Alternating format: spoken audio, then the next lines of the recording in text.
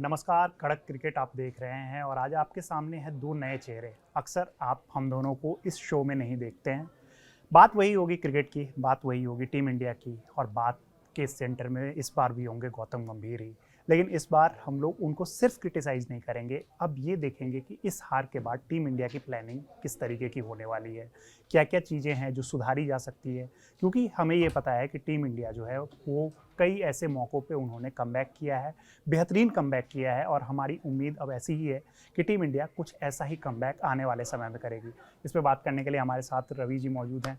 रवि जी, सबसे पहले कि जिस तरीके का ये प्रदर्शन रहा है, अब क्योंकि बहुत सारी चीज़ें हम लोग लगातार उनको क्रिटिसाइज़ कर रहे हैं और जिस तरीके का प्रदर्शन है तो वो ज़ाहिर तौर पे क्रिटिसाइज़ किया भी जाना चाहिए। लेकिन अब आगे आपको क्या लगता है कि क्या चीज़ें सुधारी जा सकती है? क्या-क्या खामियाँ हैं अभी टीम में जिन पे काम करने की ज़रूरत है टीम इंडिया को? रवि, दर्द तो बहुत है, बहुत दर्द है, क्योंकि क्लीन स्वीप और उस जिस हिसाब से साउथ अफ्रीकन कोच ने जिस शब्दों का प्रयोग किया बिल्कुल, भारतीय टीम को लेकर के, बिल्कुल। वो बहुत शर्मिंदगी का सबब रहा है। और कोई विदेशी टीम भारत में आकर के हमें हमारी पिच पर इस तरह धो करके जाए, वाइट वॉश करके जाए और उनका कोच हमारे बारे में इन शब्दों का प्रयोग करे, तो वो और तकलीफ देता है। तो जाहिर सी बात है, समीक्षा की तो बहुत ज़रूरत है।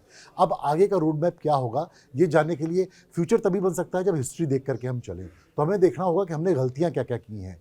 और आज जब मैं आ रहा था तो मैंने देखा, एक दिनेश कार्तिक का मैंने लाइव देखा, वीडियो वायरल देखा, है। जिसमें वो बता रहे थे कि आज दुनिया की दूसरी टीमें जो हैं वो भारत में खेलने के लिए बेताब है, क्योंकि उन्हें लगता है कि वो आसानी से हरा देंगी। क्यों भाई, क्यों ऐसा है? क्योंकि हमने अपनी क्वालिटी टेस्ट क्रिकेट में डाउन की है। और कैसे हुई है? लगातार चेंजेस से और स्पेशलिस्ट को अवॉइड करने की जो एक तरीका रहा है। तो आपने मुझसे पूछा कि जो पहली खामी जिसके बारे में हम बात कर सकते हैं, वो ये है कि स्पेशलिस्ट हमेशा आपकी टीम के लिए ज़रूरी है।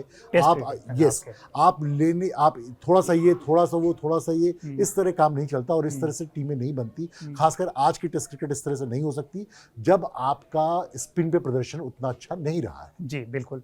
अब जो बात इन्होंने बताई कि साउथ अफ्रीका के कोच ने क्या कहा, तो उन्होंने ये कहा है कि हम जो चाह रहे थे कि टीम इंडिया जिस तरीके से फील्डिंग कर रही थी, हम उनको और ज़्यादा देर तक ग्राउंड पे रखना चाह रहे थे। उन्हें चाह रहे थे कि वो और ज़्यादा देर तक फील्डिंग करें। यानी कि आप सोच रहे हो कि हमारी बॉलिंग क्वालिटी पे कैसे सवाल उठ रहा है। सीधा-सीधा ये सवाल उठ रहा है कि आपकी बॉलिंग क्वालिटी उस तरीके की नहीं है कि आप हमें ऑल आउट कर पाओ। हम आपको पिच पे झेलाना चाहते थे। दूसरी चीज़ जो उन्होंने बताई दिनेश कार्तिक को लेके, तो दिनेश कार्तिक ने बिल्कुल सही बातें कही है कि टेस्ट क्रिकेट की क्वालिटी ऐसे डाउन हो चुकी है, इस तरीके की क्रिकेट हम लोगों ने शायद कभी खेलते हुए नहीं देखा है। और रवि, मुझे बड़ा ताजुब लगा जो जिस तरह से हमारे कोच ने जवाब दिया आकर बिल्कुल। के कि मैं वही कोच हूँ जिसने आपको यहाँ जिताया, वो जिताया। यार, ये क्या बात हुई? आज मैंने एक मीम देखा था जिसमें कोई बच्चा 10th फेल हो गया तो गौतम गंभीर किस तरह में जवाब दे रहा था कि 9th तो मैंने ही पास किया है। हाँ। इस तरह नहीं होता भाई, इस तरह नहीं चलता। रवि, मेरा भी आपसे ये सवाल है कि अभी हम देख रहे हैं कि साई सुदर्शन को हमने ट्राई किया नंबर 3 पर, करुण नायर को हमने नंबर 3 पर ट्राई किया और तो और वाशिंगटन सुंदर को भी ट्राई कर लिया। बिल्कुल। क्या भारत में इस वक्त अच्छे बल्लेबाज नहीं हैं जो टेस्ट क्रिकेट में बैटिंग कर सकें? और अगर हैं तो वो कौन से 3-4 बल्लेबाज आपको दिखते हैं? बहुत सारे बल्लेबाज हैं मेरी नज़र में। आप पहले तो जो आपने ये बात कही कि नंबर 3 पे आपको पता है कि सितंबर 2024 से हम लोगों ने बहुत सारे प्लेयर्स को ट्राई कर बिल्कुल, लिया है। बिल्कुल। बहुत प्लेयर्स को देखा है कि वो जो हैं उनको एक्सपेरिमेंट में आपने कुछ नाम ले ही लिए। इनके अलावा देखिए, नंबर 3 पे हमने खेलते हुए देखा है राहुल द्रविड़ को, बिल्कुल। हमने खेलते हुए देखा है चेतेश्वर चेतेश्वर पुजारा को। पिछले 20 साल में बिल्कुल। लगभग इन दोनों ने कमान संभाली हुई बिल्कुल, थी। और बिल्कुल। ये एक ऐसी पोजीशन होती है ना कि टेस्ट क्रिकेट में आपकी रीड होती है, इसी के आसपास बैकबोन घूमती यहाँ पे सारी। होती है। बिल्कुल सही आप बात देखो ना कही महान आपने। क्रिकेटर्स को खेलते हुए, रिकी बिल्कुल। पॉन्टिंग यहाँ से खेलते रहे हैं, बिल्कुल। जैक कैलिस को भी हमने खेलते हुए बिल्कुल देखा है देखा है। कुछ। उसके बाद आप देखोगे तो भारत की ब्रायन तरफ लारा से को भी खेलते जो है हुए हमने देखा, दिलीप जी। वेंगसरकर से लेकर के लोग नंबर 3 तो पे अब खेलते हैं। ऐसी पोजीशन पे अगर आप कह रहे हो, तो ऐसी पोजीशन पे अगर आपको यहाँ पे अभी देखा जाए तो हमारे पास अगर आपको ट्राई करने हैं तो आप, मुझे लगता है कि कप्तान शुभमन गिल जो है ना, उनको उनको नंबर एक 3 पे रिस्पॉन्सिबिलिटी लेनी चाहिए, उनको नंबर 3 आना चाहिए। चौथे नंबर पे आप जो कह रहे हो, तो मेरे हिसाब से सरफराज खान को इंडियन पिचेस पे आप वहाँ नहीं जाओ। विदेशी पिचों पे जो सवाल उठ रहे हैं, हाँ। ठीक है, उसके लिए हम लोग देखेंगे कि हमारे पास अभी टाइम है। अभी आपको जो है, अगर श्रीलंका खेल रहे हैं तो सब कॉन्टिनेंट की पिच है, क्योंकि अगली सीरीज हमारी श्रीलंका से आपको सरफराज को मौका देना चाहिए। मुझे लगता है कि इंडियन पिचेस पे आपको करुण नायर को और मौका दिया जाना चाहिए था। आप इंग्लैंड लेके गए, ठीक है, उन्होंने 5 में से किसी मैच में अच्छा प्रदर्शन नहीं किया जो आपकी एक्सपेक्टेशंस थी, लेकिन मेरे हिसाब से नंबर 4 पे आप करुण नायर को भी मौका दे सकते हो। हाँ। वो खेल सकते हैं। एक और ऑप्शन हमारे पास है, आप अभिमन्यु ईश्वरन को ओपन कराओ, केएल राहुल को नंबर 3 या नंबर 4 पे आप खिला सकते हो, जो मेरी नज़र में। अब इसमें क्यों मैं ये बात कह रहा हूँ, केएल राहुल आप देखो कि कितने समय से क्रिकेट खेल रहे हैं। बिल्कुल बिल्कुल, काफी टाइम हो गया उनको खेलते हुए, लगभग 10 साल। और इतना ऊपर भी, उसके बाद उनकी 40 के आसपास, मैं वही कह रहा हूँ, 40 भी नहीं, 37 के आसपास एवरेज। अब सोचिए। हमें हमेशा ये बात, और मैं देख रहा था किसी वीडियो में कुछ लोग कह रहे थे, ये बात बहुत सही है कि उन पे जो सवाल उठ रहे हैं कि आप कह रहे हो कि इनके अंदर जो है ना बहुत टैलेंट भरा हुआ है। भाई तो टैलेंट तो बहुत सारे प्लेयर्स के अंदर भरा हुआ है। बिल्कुल, करुण नायर के अंदर मुझे तो भी पृथ्वी शॉ से ज्यादा टैलेंट कहीं दिखता ही नहीं था एक ज़माने बिल्कुल, में। तो वो वैसे बहुत सारे प्लेयर्स हैं ना, तो ये कुछ नाम है। इनके अलावा और भी प्लेयर्स हैं जो इस टीम में का हिस्सा बन सकते हैं। ऋतुराज गायकवाड़ के बारे में क्या ख्याल है आपका? क्या वो टेस्ट मटेरियल है? क्या वो टेस्ट मैच खेल सकते हैं भारत की तरफ से? मिडिल ऑर्डर में अगर आप देखोगे ना, जैसे आज जो दिनेश कार्तिक ने सवाल उठाया नीतीश कुमार रेड्डी को लेके, मुझे ऐसा लगता है कि आप ऋतुराज को अगर ये ट्राई कर रहे हो कि मिडिल ऑर्डर में आके खेले, तो मतलब पर्सनली मेरी राय है कि वो मिडिल ऑर्डर में नहीं आप उनको मतलब लेके जा सकते हो, क्योंकि जब ऐसी पिचेस की जहाँ पे बात आ रही है, इंडियन पिचेस की जहाँ पे आपको बात आ रही है, मैं अभी भी मानता हूं कि आप ओपनिंग में अभिमन्यु ईश्वरन को मौका दो, केएल राहुल को आप नंबर 3 या नंबर 4 पे खिलाओ। ये सब एक ऑप्शन है। अगर नहीं आप ये करना चाह रहे हो, आप सरफराज खान को मौका दो, नंबर 4 पे खेलने दो।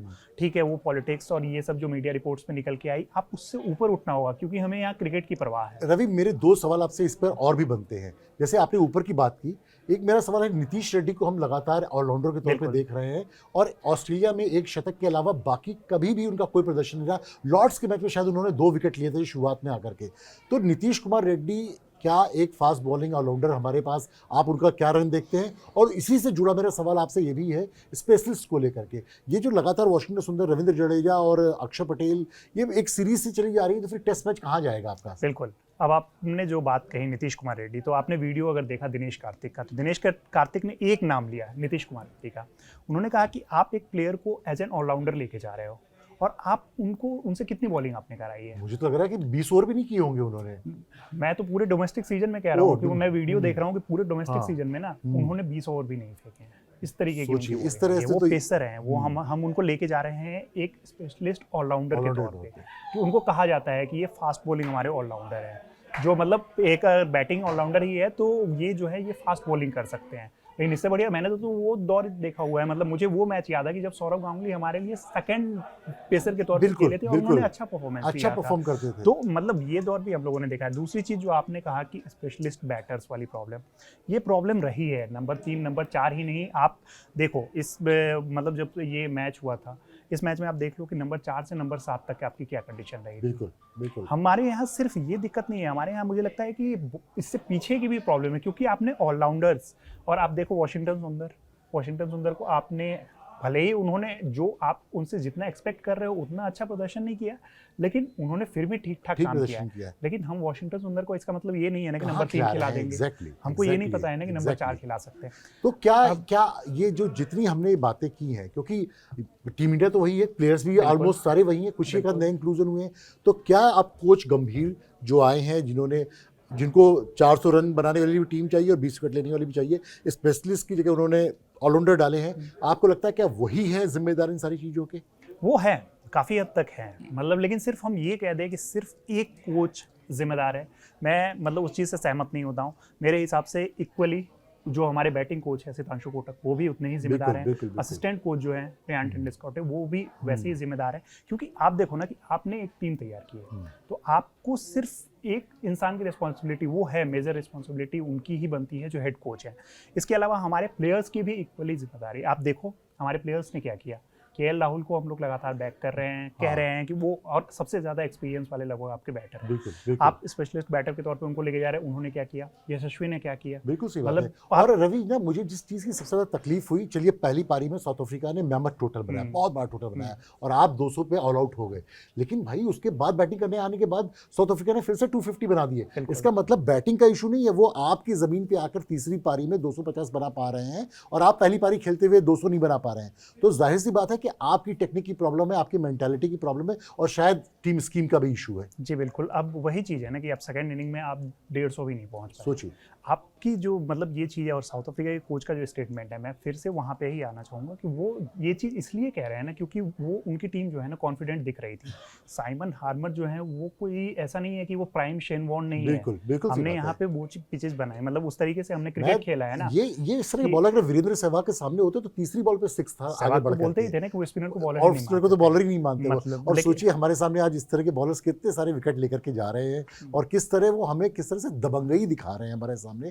तो उसकी एक बड़ी वजह बिल्कुल सही, जैसे रवि ने शुरुआत में ही कहा था कि एक ज़माने में नंबर 3 पे राहुल द्रविड़ खेलते थे, फिर चेतेश्वर पुजारा खेलते थे और आज हाल ये है कि कोई भी जो है वो वाशिंगटन सुंदर भी आ रहे हैं। वाशिंगटन बहुत शानदार बैट्समैन है, पर क्या वो नंबर 3 खेलने वाले हैं? बिल्कुल मेरा और नहीं। आपका दोनों का इससे किसी इत्तेफाक का नहीं मतलब है। कोई भी इससे इत्तेफाक जो भी क्रिकेट देख रहे हैं, और सिर्फ इससे क्या हो रहा है ना कि हम प्लेयर्स का भी मोरल डाउन कर रहे हैं। बिल्कुल सही बात ऐसी है। चीजें आप एक्सपेरिमेंट कर रहे हो, एक मैच में आप उनको नंबर 3 खिला रहे हो, अगले मैच में नंबर 7 पे खिला ये रहे हो। वो भाई प्लेयर्स को पता ही नहीं है। टेस्ट क्रिकेट जो है वहाँ पे आपको फिक्स करके एक स्क्वाड ऐसी बनानी होगी, एक आपको जो 15 मेंबर्स जो होते हैं ना वो एकदम सॉलिड, और वो जो स्पेशलिस्ट पहले जैसे खेलते थे कि 5 प्रॉपर बैट्समैन आपकी टीम में होते थे, हाँ। एक विकेट कीपर बैटर होता था और एक ऐसा ऑलराउंडर होता था जो बैट मतलब भी कर लेता बैटिंग था। कर ले। Yes. तो वैसी टीम आपको फिर से बनानी होगी, और उसी तरीके से जैसे फुटबॉल में देखोगे, फुटबॉल में जो मैनेजर्स होते हैं अगर ट्रेडिशनल सिस्टम 4-3-3 का है तो वो मैक्सिमम उनको बैक करते हैं, और वो बिल्कुल। आज नहीं, आज 100 साल पहले से वो चला आ रहा है। कुछ Exactly. मैनेजर्स उसको चेंज करते हैं फॉर्मेशन को अपने अकॉर्डिंग, लेकिन उनका फॉर्मेशन जब क्लिक नहीं करता है ना तो वो फिर से बैक करके वहीं आते हैं। फ्लेक्सिबिलिटी होनी चाहिए, लेकिन आपको- ऐसा भी नहीं होना चाहिए कि आप जो है चीज़ें एकदम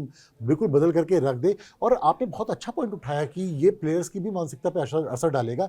यही वाशिंगटन सुंदर, यही रविंद्र जडेजा, या अक्षर पटेल हमें बिल्कुल। T20 वर्ल्ड कप में खेलते दिखेंगे। बिल्कुल। तो इसलिए ज़रूरी है कि इनका मोराल हाई रहे, ये अच्छा खेलते दिखें। इसलिए ये इस तरह के जो चॉपिंग चेंजेस होते हैं ये बहुत नुकसान पहुंचा रहे हैं भारतीय क्रिकेट को। तो एक मुझे मोटा मोटा बताइए, मेरा आपसे सवाल है आखिरी, कि आप इंडियन प्लेइंग 11 को कैसे देखते हैं आने वाले टाइम में जो टेस्ट क्रिकेट खेलेगी? बिल्कुल, मैंने कहा ना कि मेरे हिसाब से स्पेशलिस्ट बैटर्स आपके होने चाहिए 5, नाम और आपको बताएंगे? सेलेक्ट करने हैं। अब मेरे हिसाब अभी जो ओपनर मतलब आप, हाँ, current, अभी लेकर चलते मैंने हैं जो ओपनर। कहा ना कि मैं मान लीजिए अभी हम भी अगला चांस टेस्ट, दूंगा। हाँ, हम मान लीजिए मैं- एक और टेस्ट खेलने ठीक जा है, रहे हैं, तो मैं क्या नाम अगर है? वो टीम बना रहा हूँ ना तो मैं अभिमन्यु ईश्वरन से ओपन करा रहे हैं, उनके साथ होंगे यशस्वी जायसवाल। मैं दूंगा उनको अभी ठीक है। टाइम। नंबर 3 जो है मैं नंबर 3 पे केएल राहुल को देखना केएल राहुल को देखेंगे। ठीक, एक मैच में उनका प्रदर्शन अच्छा नहीं रहा है, एक मैच में उन्होंने नंबर 3 भी खेला है जिसमें उनका परफॉर्मेंस अच्छा नहीं रहा, लेकिन फिर भी मैं चाहूंगा कि नंबर 3 वो केएल खेले, राहुल खेले। या फिर शुभमन गिल रिस्पॉन्सिबिलिटी ले। इन दोनों में से किसी एक को नंबर 3 और नंबर 4 खेलना है। ओके, तो ये हो गए 3 और 4, राहुल और शुभमन गिल। हाँ, उसके बाद मैं एक और बैटर चाहता हूँ इस बीच में, ओके, जो proper जो एक मतलब जमाने में बैटर हो। अजिंक्य रहाणे जो रोल प्ले हाँ, करते थे। वो मैं एक और बैटर चाहता हूँ। अब इस पे आप करुण नायर को खिला लो, सरफराज को खिला लो, किसी को भी खिला लो, और उसके बाद ऋषभ पंत मैं चाहता और हूँ। आज के हाल में आपको कौन मुफीद लगता है जो नंबर 5 मैं पे खेल तो सकता मैं है? कह रहा हूँ ना कि करुण नायर या फिर सरफराज है। सरफराज। मेरे तो हिसाब से इन दोनों में से सॉलिड किसी एक को बैटिंग ग्रुप मौका होना बनेगा चाहिए। आपका। बिल्कुल। जो उसके बाद छठे बगैर ऋषभ पंत छठे आते हैं, नंबर तो पे ऋषभ पंत एक आते हैं। कंप्लीट जो है वो और बैटिंग 7वें पे आप एक ऑलराउंडर खिला लो। आप सिचुएशन, अगर आप नीतीश रेड्डी को बैक कर रहे हो तो आप उनको बॉलिंग कराओ ना भाई। यस, आप उनको बॉलिंग नहीं करा रहे हो, या क्योंकि फिर आईपीएल में भी मैंने देखा है कि वो जो आपका वो प्लेयर कार्ड होता है उसकी वजह से ये बॉलर्स बॉलिंग नहीं कर पाते हैं। और तो फिर बहुत कहाँ सारे- बॉलिंग करेंगे ये आप इस लड़के? टीम में देखो, मैं नाम ले रहा हूँ ना, 2 ऐसे प्लेयर्स, साई सुदर्शन और जिस तरीके से ये क्या नाम है नीतीश कुमार रेड्डी। हाँ, ये आईपीएल आप इन दोनों को देखो, आप कहाँ से आए हैं। बिल्कुल पहले सही टेस्ट क्रिकेट बात। खेलने के लिए आपको कितनी मेहनत बहुत करनी होती थी। मेहनत मैं नाम ले रहा हूँ, हाँ। सुब्रमण्यम बद्रीनाथ, हाँ। कितने साल उन्होंने मेहनत की, कब जाके वो टीम इंडिया में ये आए। विमेन टीम के कोच जो है अमोल मजूमदार, वो भी एक जमाने मैं में वही शानदार कह रहा हूँ player ना। होते थे। उसके अलावा हाँ। प्रियांक पांचाल को आप देख लो, बिल्कुल। केदार जाधव ने भी बहुत रन बनाए थे, उसके बाद उनको मतलब उसने वो मौका। तो ये चीजें होती थी, पहले बहुत टाइम लगता था, बहुत मेहनत करनी होती थी आपको, तब जाके आप पहुंच पाते थे। तो एक बहुत लोग रीस्ट्रक्चरिंग की नहीं पहुंच जरूरत है, पाते। एक रीस्ट्रक्चरिंग की जी, तो जरूरत है वही टीम अब की। आप किसी को T20 में वो अच्छा कर रहा है, इसका मतलब वो नहीं है ना कि टेस्ट क्रिकेट खिला लोगे। और ये जो मेंटेलिटी गौतम गंभीर की है, ये T20 वाली है कि ज़्यादा से ज़्यादा ऑलराउंडर्स को लेके जाएंगे। इस चीज़ों को हमें चेंज करना होगा, और सबसे पहले तो यही है। दूसरी चीज़, हमारे स्पिनर्स जो हैं उन पे सवाल उठेंगे, और उठाने भी अब ज़रूरी है, क्योंकि स्पिनर्स का परफॉर्मेंस, अगर आप इंडिया में अच्छा परफॉर्म नहीं कर रहे हो, कुलदीप अगर यहाँ पे अच्छा परफॉर्म नहीं कर रहे हैं, तो हमारे लिए वो चिंता की बात है। रविंद्र जडेजा ने मतलब कमोवेश ऐसा प्रदर्शन किया है कि, क्योंकि जो स्पिन अटैक होती थी ना वो जोड़े में शिकार करती थी। अनिल कुंबले, हरभजन सिंह, आप देखो ऑस्ट्रेलिया के बाद शेन वॉर्न होते तो कहीं ना कहीं से उनको मैकगिल के टाइप सपोर्ट मिल जाता था। तो ये जो चीज़ है ना कि आपको ऐसे प्लेयर्स निकालने होंगे, या फिर हमारे प्लेयर्स को भी ज़्यादा जिम्मेदारी लेनी होगी। और ऐसा नहीं है कि हमारे स्क्वाड के पास जो है मतलब एक्सपीरियंस नहीं है, या फिर इनके पास वो क्षमता नहीं है, इनके पास तो सब कुछ है। इन नटशेल अगर आप कहें तो आपके मुताबिक कोच ही नहीं, अब प्लेयर्स को भी प्लेयर्स को भी लेनी होगी होगी और कोच और मैनेजमेंट सब जिम्मेदार है। मैनेजमेंट को वैसी टीम सेलेक्ट करनी होगी, इक्वली चीफ सेलेक्टर जो हमारे अजीत अगरकर हैं उनको भी वैसी टीम देनी होगी जहां से हम लोग उसके बाद से जो टेस्ट क्रिकेट हम लोगों ने देखा है, खास के अपनी घरेलू सीरीज़ में जो हम लोग जिस तरीके से डोमिनेट करते थे वहाँ से हम लोग डोमिनेट करेंगे। और फिर से हम लोगों के यहाँ जो आके खेलने में डर लगता था ना, प्राइम ऑस्ट्रेलिया वही को भी खौफ जो डर चाहिए लगता था ना, वही खौफ हमें फिर से चाहिए। वो खौफ चाहिए और वो खौफ देखने को मिलेगा। जी बिल्कुल। तो आज के लिए कड़क बात में इतना ही, कड़क क्रिकेट में इतना ही। और बाकी जो भी अपडेट्स आएंगी उसके लिए हम लोग लगातार वीडियो बनाते रहते हैं, वीडियो हम अपने प्लेटफॉर्म पे डालते रहते हैं। तो रवि जी बहुत बहुत धन्यवाद। बहुत शुक्रिया। देखते रहिए कड़क क्रिकेट। धन्यवाद।